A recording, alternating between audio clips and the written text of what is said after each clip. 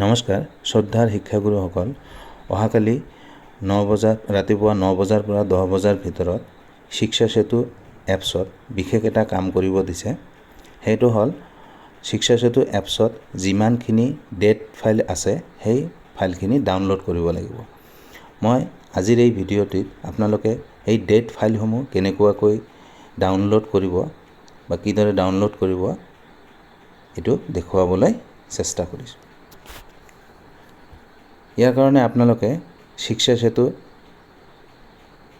অসম নামৰ যিটো এপছ আছে সেই এপছটো আপোনালোকে খুলি ল'ব।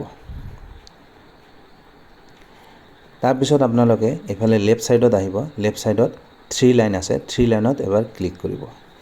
ক্লিক কৰাৰ লগে লগে আপোনালোকে ইয়াতে বহুতকেইটা অপশ্যন দেখা পাব। তাৰ মাজত 4 নম্বৰ অপশ্যনটো আছে ডাউনলোড অল ক্লাছ ইনফো। এইটোত ক্লিক কৰিব। ক্লিক কৰাৰ লগে লগে চাওক ইয়াতে ডাউনলোড বুলি প্ৰতিটো ক্লাছতে ডাউনলোড হ'ব। এই ফাইলসমূহ আপোনালোকে ডাউনলোড কৰি দিব লাগিব। ডাউনলোড কৰি দিয়াৰ লগে লগে এই ৰঙা চিনটো যে আছে এই ৰঙা চিনটো গুচি গৈ আপোনালোকৰ এনেকুৱা শুদ্ধ চিন আহিব। এনেকুৱা এই শুদ্ধ চিন আহিব। তো এই কামখিনি আপোনালোকে ৰাতিপুৱা 9 বজাৰ পৰা 10 বজাৰ ভিতৰত শিক্ষা সেতু এপছত কৰিব লাগিব। ধন্যবাদ।